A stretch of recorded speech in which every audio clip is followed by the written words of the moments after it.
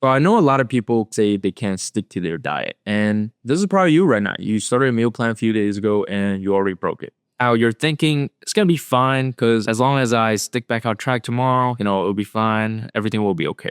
But you're probably wondering, who am I? So back in 2021, I lost over 80 pounds without, eating bland chicken and broccoli. And I recently just started my cut again from 232 pounds. Now I'm currently around 215, but I'm here to share some tips on how I'm going to lose the rest and get to 180. I'm going to walk you through the exact 3 stages on how to remove the temptation of cravings, how to make the diet sustainable, and how to take it to the next level if you want to get shredded while building muscle. Now, the first step is your environment. Like if there's Oreos in your pantry, whenever you have cravings, you're just going to eat it regardless because it's just there. You're like, I'm going to eat one, it'll be okay. And it's not because you're weak. That's just how it works. You're going to get tempted whenever you're starving. So when I got serious about losing weight, I did something pretty extreme at the time. I just threw away everything in my fridge. All the junk food, any frozen foods, any bad food for you, pretty much. Here's what happened though. For the first 2 days, it was pretty rough. I kept getting those cravings and I would just open the fridge thinking that some foods would just magically appear in there somehow. After that, there wasn't really much to think about.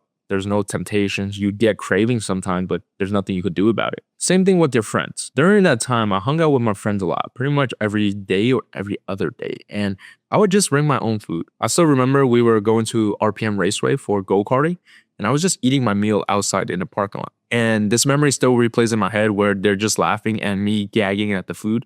But they understood the dedication. They got used to it. And honestly, some of them even started asking me to help when they started to cut weight too. So stage 1 is this: just fix your environment before you try to fix yourself. Don't keep temptation around and then try to out willpower thinking you're gonna beat it. You're gonna lose every time, no matter how strong you think you are. Just get rid of the junk. Say no when you need to. The people around you will understand. Now for the next step. This is where most people actually mess up. They think dieting means you gotta suffer. Now, eating bland, boring food every single day until you hit your goal can work, but here's the problem. If you hate what you're eating and doing, you're not going to stick with it. I don't care how motivated you are, or how disciplined you are. I learned this the hard way. This was the time I just thought about eating clean, like all those bodybuilders on YouTube where I just did chicken, broccoli, and rice every single meal. No seasoning, no flavor. And do you know how long that lasted? Not very long. It lasted about a little over a week, like 10 days. I ended up just ordering Uber Eats and broke the diet because it was just so miserable. And that's why it's so important to make sure diet works for yourself. So I'm Asian. I love Asian food, noodles, fried rice, all that good stuff. I still eat those, but I learned how to fit my macros around these noodle dishes, like using cognac noodles or rice noodles, way less calories than flour-based noodles. It still hits the spot. And things like fried rice, instead of using whole eggs, I use egg whites, way less calories. When I use oil, I just do the pan sprays rather than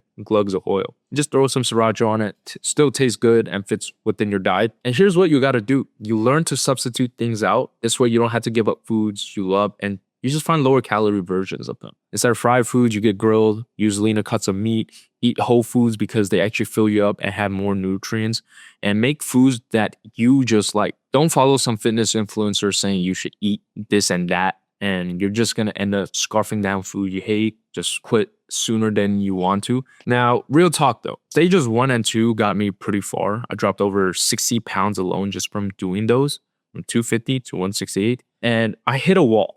I couldn't drop past 190 pounds because I was doing everything that I thought was right, and I just didn't see results. So I started adding a bunch of cardio and I almost just gave up. I was like, okay, this is the best I could do, which goes into stage 3. If you really want to get shredded and see your muscle definition pop, you got to stop guessing. I know that some people are thinking, oh, that's going to be a lot of work. And this is where people stop. This is where I almost stopped. But you have to track your food, because even though I lost a lot of weight not by doing it, I didn't understand what I was actually eating and putting in my body. So I learned to count and track my calories. And when I started weighing everything, like the oil I cook, the sauces I use, if you didn't know, I was adding almost over 200 calories per meal.